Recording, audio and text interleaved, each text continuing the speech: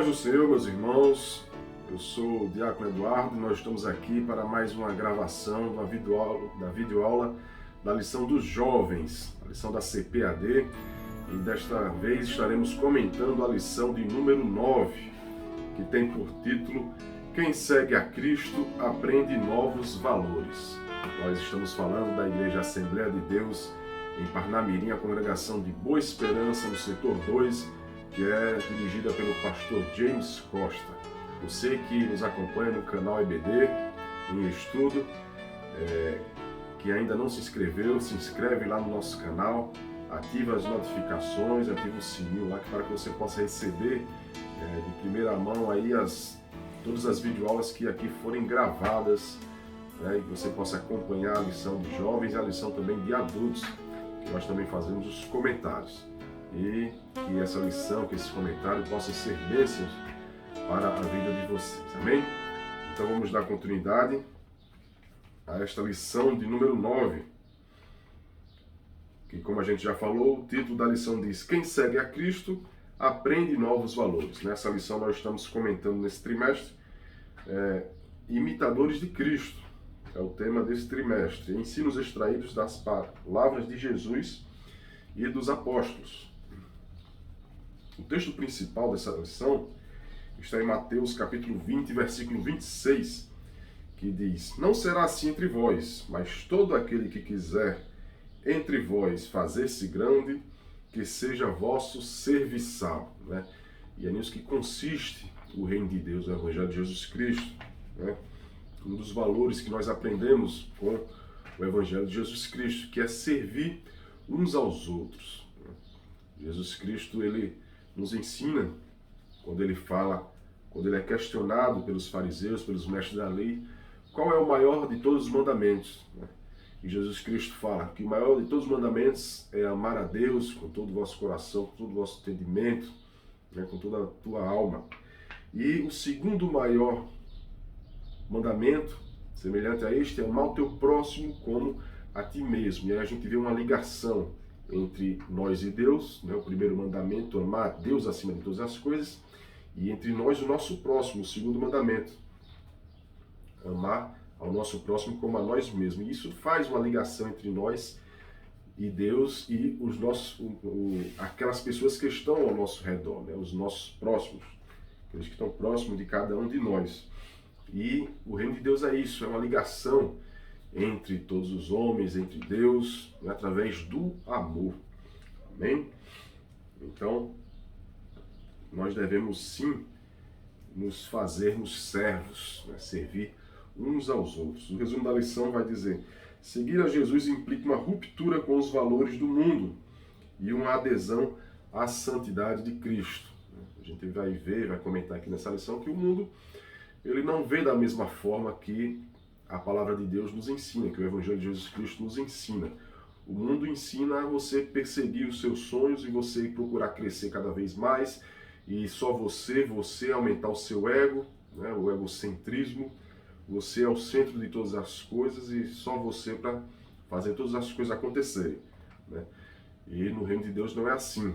Nós não visamos o nosso eu, nós não visamos o nosso benefício próprio. O próprio Jesus Cristo falou, Quem quiser vir após mim, negue-se a si mesmo.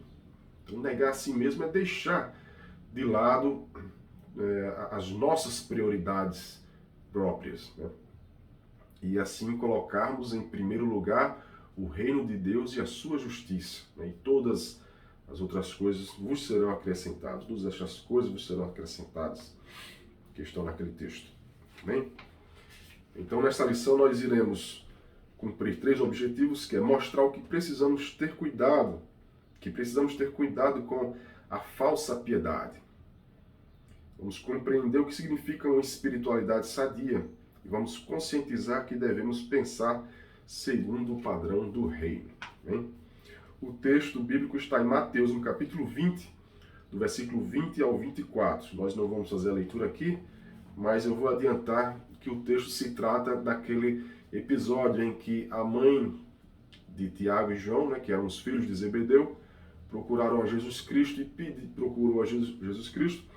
e pediu que o Senhor tivesse um lugar de honra para os seus filhos, para Tiago e João, e um sentasse à sua direita e outro à sua esquerda. Né?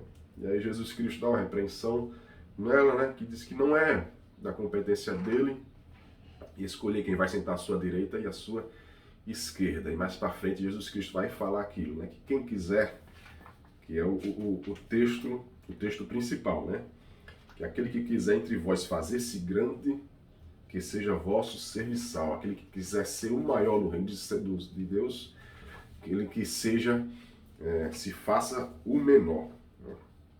Na introdução, o autor vai dizer: na atualidade, testemunhamos um movimento inverso acontecer na relação entre o mundo e a igreja. Em vez daqueles que foram convocados por Jesus influenciar os valores do mundo, é a mentalidade apartada de Cristo que tem influenciado algumas igrejas.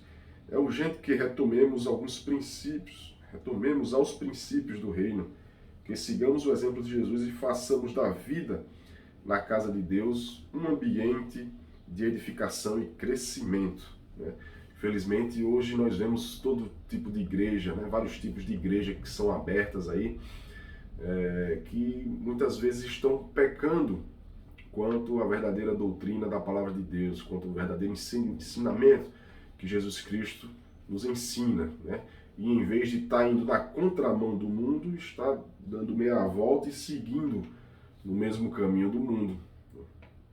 Quando nós fomos chamados para fazer a diferença nesse mundo. Então a igreja ela não deve se adaptar aos padrões do mundo. A igreja deve mostrar ao mundo qual é o padrão que Jesus Cristo nos ensinou, que vai totalmente contrário ao padrão do mundo, padrão do reino de Deus. O primeiro tópico vai falar, cuidado com a falsa piedade, né? E aí vai apontar para o texto bíblico que vai ser lido em sala de aula. Primeiro subtópico, nem sempre a sinceridade é sinônimo de piedade. Muitas vezes as pessoas se aproveitam de um momento de sinceridade, entre aspas, né, para colocar ali e aplicar tudo aquilo que ela está com o coração dela cheio, né?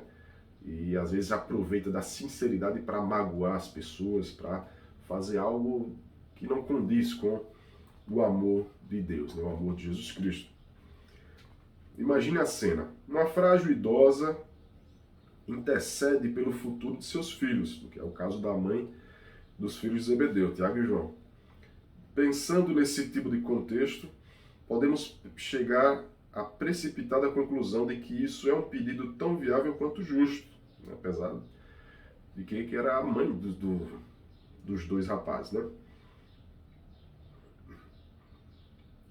Contudo, em Mateus 20, do 20 ao 28, somos apresentados a mais detalhes sobre a súplica da mãe de Tiago e João. E pela conclusão da narrativa, aprendemos que, apesar da aparente honestidade do pedido, ele carregava a marca de uma sociedade pecaminosa. Era uma intercessão sincera, feita por uma mãe, pelos seus filhos ao Criador. Mas, mesmo assim, não foi acolhida por Deus. Não basta orar, é preciso falar com Deus da forma correta, pois, infelizmente, muitos pedem, mas não recebem porque pedem mal, para gastardes em vossos deleites, como está escrito na carta de Tiago, né? Capítulo 4, Epístola de Tiago, capítulo 4, versículo 3. Né? Pedis e não recebeis, porque pedis mal, para gastardes em vossos deleites. Então, muitas vezes nós oramos e não recebemos, né? E não entendemos, Senhor.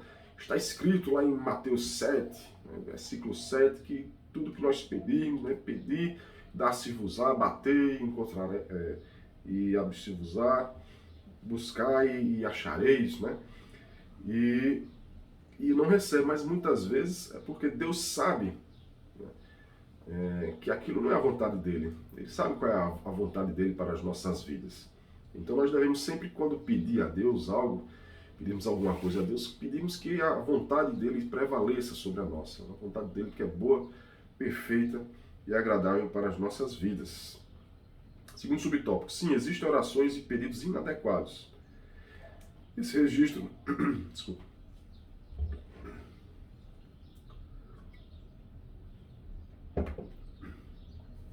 Esse registro do Evangelho é um excelente exemplo para demonstrar como se pode fazer a coisa certa do modo errado. Sim, devemos orar uns pelos outros, interceder uns pelos outros, como está lá em Tiago 5,16. A intercessão por todas as pessoas é uma ordenança bíblica. Todavia, o motivo daquele pedido ao Senhor estava completamente inadequado, e por isso o Senhor repreendeu imediatamente. Jesus, porém, respondendo, disse: Não sabeis o que pedis.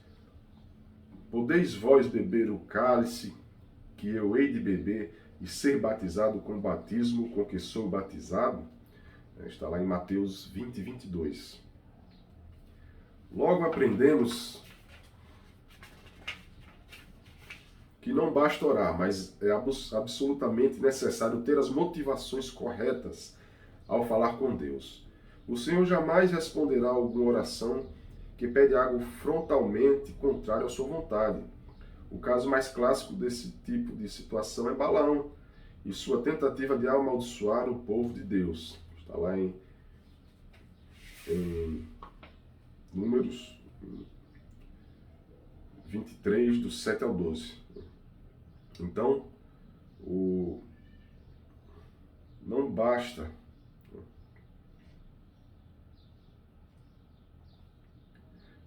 orar, mas é absolutamente necessário ter as motivações corretas ao falar com Deus, né? O pedido que a mãe de Tiago e João fez a Jesus Cristo não tinha nenhum propósito aparentemente que contribuísse, né, como um todo para o bem de todos, mas era algo que beneficiaria somente a Tiago e a João, né? Eles não estavam preocupados tanto com o mundo em que eles estavam vivendo, mas já estavam preocupados lá na frente, quando estiverem lá no reino de Deus, lá nos céus, né? no reino eterno.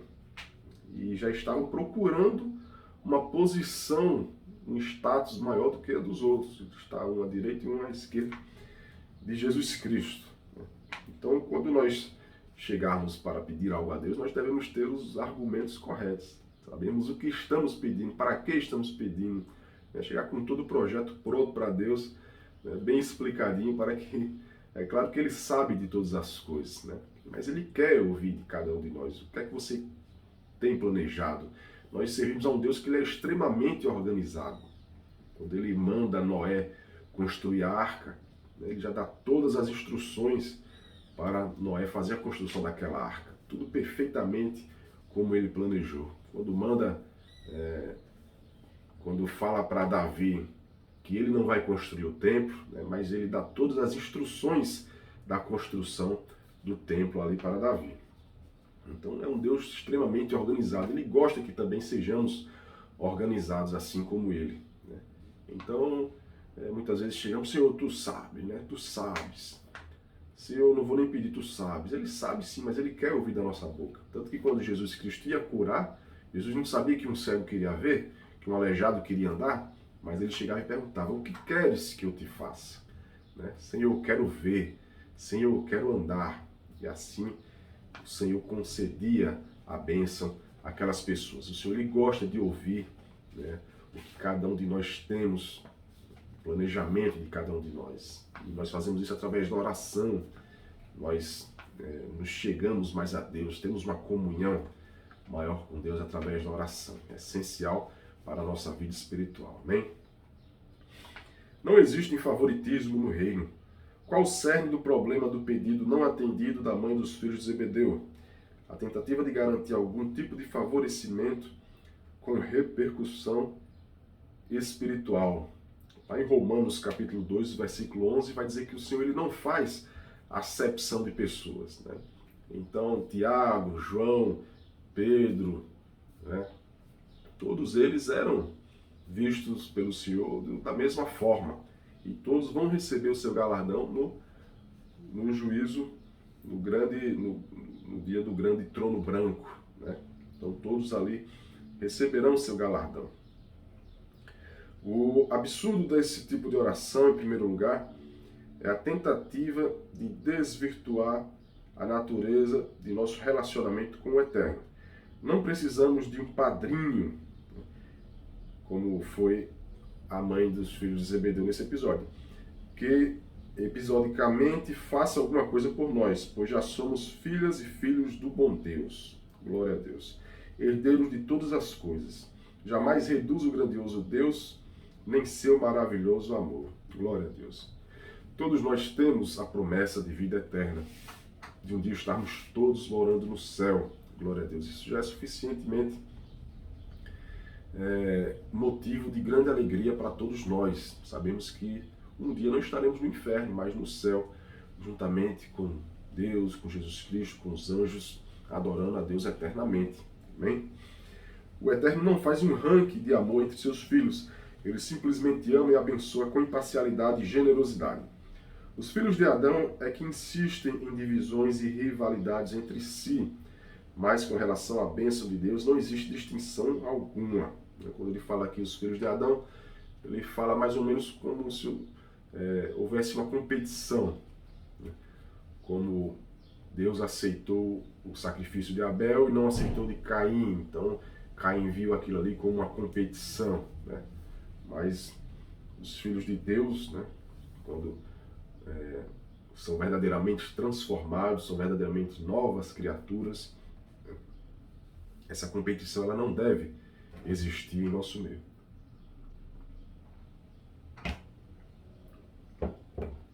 Deus já fez de nós o maior milagre sobre a face da terra. Ele já nos colocou num lugar de honra e salvação. Resta-nos agora adorá-lo para sempre. Glória a Deus. Como dizia a avó de um grande pastor amigo nosso, Daniel Dantas, ali de Goiás, a avó dele dizia para ele: meu filho, quem tem motivos para adorar não precisa ser motivado. Nós temos motivo de sobra para adorar a Deus. Glória a Deus por isso. Segundo tópico: buscando uma espiritualidade sadia. Primeiro subtópico: nunca queira assumir o papel de Deus na sua história. Não bastasse o pedido inconveniente da mãe dos irmãos apóstolos, eles insistiram no plano descabido de ter um lugar de honra no céu. Mateus 22, 23. Por um instante, a glória e a majestade salvadora do reino de Deus não foram suficientes para Tiago e João. Eles também ambicionaram determinar seus galardões no céu. Cuidado com as vezes que seu coração lhe disser: você merece, você é o melhor. O pecado está perigosamente próximo de realizar graves estragos em sua vida. Os filhos de Zebedeu não queriam apenas o céu, já ambicionavam um lugar de destaque lá. E perceba, não era apenas um ingênuo pedido de quem desejava estar perto do Mestre. O céu, lugar de justiça e paz, jamais poderá ser dividido de acordo com certos critérios humanos. Se depois da grave repreensão de Jesus e desse breve comentário explicativo, a postura daquela mãe e de seus filhos não lhe causa incômodo ou constrangimento algum, isso diz muito sobre o seu coração e sua espiritualidade. Então, o que o autor está questionando aqui é que se alguém, quando vê esse texto, essa história, não se sente um pouco incomodado e constrangido, como assim ficaram os apóstolos, quando eles viram o pedido da mãe de Tiago e João, eles ficaram, acredito que tristes, incomodados, constrangidos, como a palavra diz. Porque eles estavam já almejando um lugar maior do que os dos outros discípulos. Quantos não querem sentar ao lado de Jesus Cristo? Mas ninguém tinha chegado até esse momento para pedir isso a Jesus Cristo. E a mãe de Tiago e João chegou primeiro, e foi almejar esse lugar de destaque para os filhos, para que eles tivessem uma posição melhor do que os outros. Então isso incomodou, porque ninguém estava pensando em ser melhor do que ninguém até esse momento, quando chegasse ali no céu. E quando ela fez esse pedido, todos falaram, acredito que entrou no coração deles, que certamente entraria no meu também. Não, eu também quero sentar ao lado de Cristo, não pode ser somente Tiago e João. E isso deixou eles incomodados. E realmente deve deixar também a cada um de nós, quando lemos esse texto, as Sagradas Escrituras. Sintomas de uma fé decadente. Para que não reste qualquer dúvida sobre a inadequação do pedido da família de Zebedeu, basta que reflitamos sobre a reação dos demais apóstolos. Como a gente falou aqui, né? Eles tiveram uma reação contrária a esse pedido dos filhos de Zebedeu. Está lá em Mateus 20, 24. Ela produziu uma enorme celeuma, uma discussão no meio dos apóstolos, como poucas vezes se vê nos evangelhos. O pior dos apóstolos apareceu nesse momento, e esse problema não ocorre no início do ministério de Jesus Cristo, mas na etapa final, ou seja, já eram quase 3 anos caminhando com o Mestre. Mas mesmo assim, aquele grupo de homens ainda estava em processo de aprendizagem a respeito de uma vida cristã saudável. Né? Então você vê, o ministério de Jesus Cristo foi mais ou menos 3 anos e meio. Já havia quase 3 anos que eles estavam andando, fazendo um curso ali intensivo, né, ao lado do próprio Jesus Cristo. Mas mesmo aí no finalzinho da etapa do ministério de Jesus Cristo, acontece uma cena dessa, uma discussão no meio dos apóstolos, onde em nenhum outro canto na história do Evangelho de Jesus Cristo a gente vê, né, uma discussão entre eles por causa desse pedido que foi feito a Jesus Cristo. Então nós aprendemos que, mesmo estando ao lado de Cristo, vão surgir situações em que o Senhor ele vai querer usar essa situação para nos ensinar algo. Então nós não sabemos de todas as coisas, nós somos eternos aprendizes, eternos discípulos, né? Estamos fazendo um eterno discipulado com Jesus Cristo.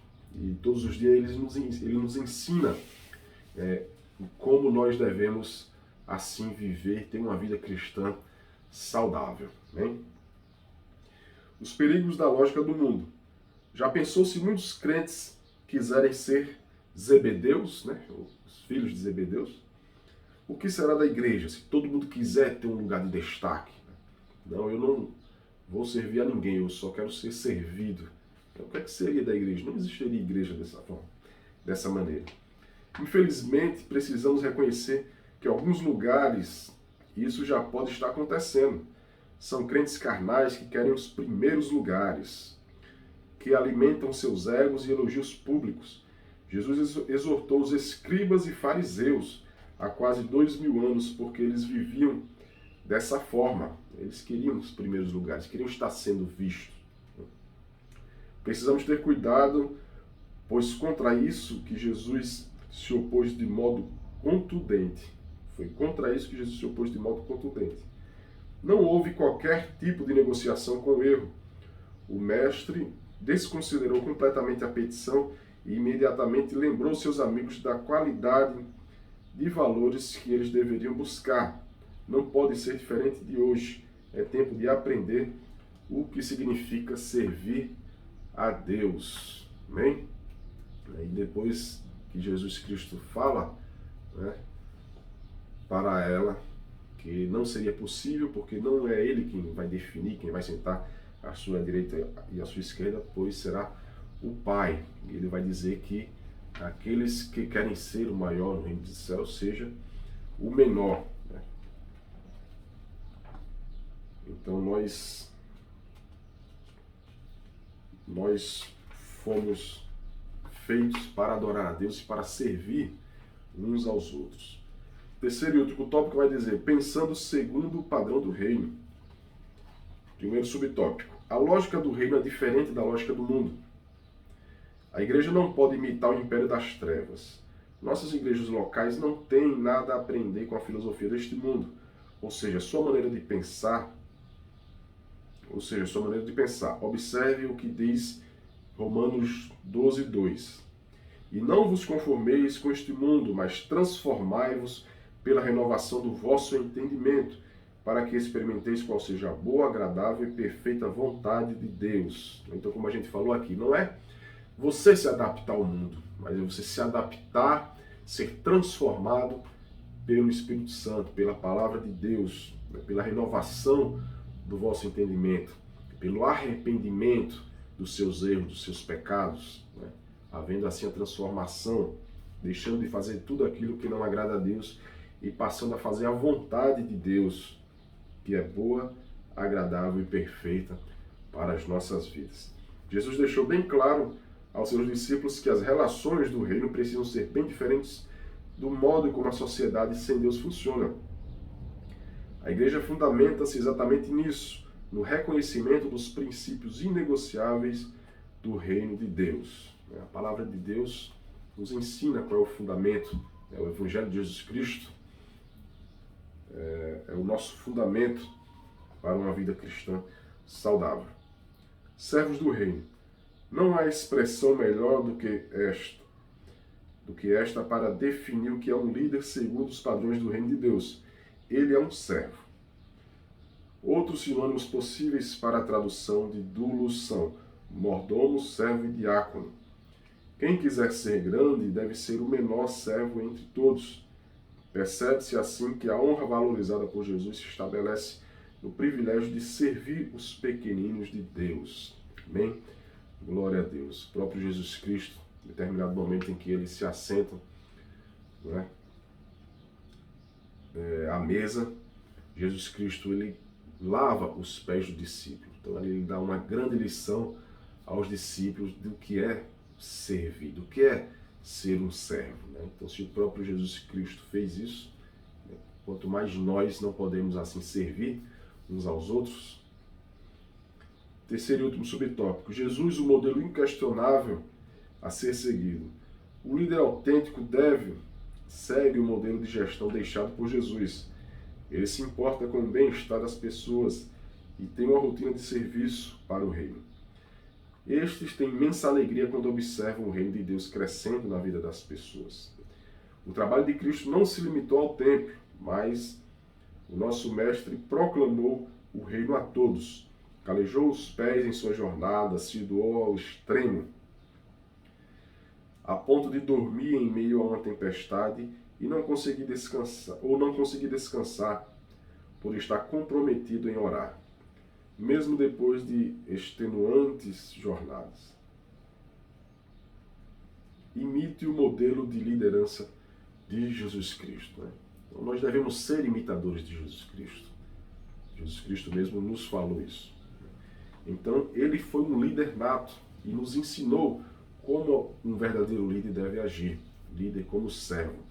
E é algo que é utilizado nas organizações atualmente, a liderança serviçal, a liderança onde ele mostra, ele dá o exemplo do que é servir, qual é a maneira correta de se trabalhar. E para concluir, o autor vai dizer que é surpreendente o tipo de pedido da mãe dos filhos de Zebedeu. Esse mesmo modelo de intenções não deve existir no coração dos crentes. Nosso modelo não deve ser os bilionários de nossa geração, mas o pregador da cidade de Nazaré, Jesus Cristo.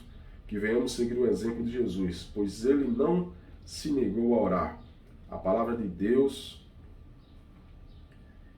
a pregar a palavra de Deus e a ajudar os enfermos necessitados. Então esse é o maior exemplo que nós devemos ter. Não seguir exemplos de influencers, como a gente vê muitos jovens aí seguindo, pessoas, muitos jovens que muitas vezes estão sedentos da palavra de Deus, que não entenderam nada do reino de Deus, que fazem qualquer coisa para ganhar curtidas, ganhar likes nas redes sociais, influenciando pessoas a fazerem coisas que não agradam a Deus.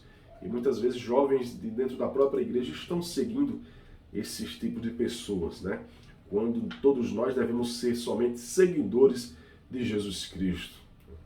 E Jesus Cristo é o nosso único e maior exemplo que nós devemos ter para seguir uma vida de acordo com os padrões bíblicos, de acordo com a vontade de Deus aqui nessa terra. Então, se você é jovem e você tem seguido e tem sido influenciado por pessoas que fazem coisas que não agradam a Deus, repense esse modo de vida, leia os Evangelhos de Jesus Cristo e aprendamos com Jesus Cristo qual é a verdadeira maneira que nós devemos servir a Ele, qual é a verdadeira maneira que nós devemos seguir nesse caminho, nessa caminhada porque nós sabemos que não é fácil, né? Mas é o caminho e a verdade e a vida, nosso Senhor e Salvador Jesus Cristo, amém? Somente Ele tem poder de nos conceder a salvação e nos conceder a vida eterna. Um dia estaremos todos juntos no céu, louvando e adorando ao nosso Senhor e Salvador Jesus Cristo eternamente, amém? Então que Deus abençoe a cada um de vocês.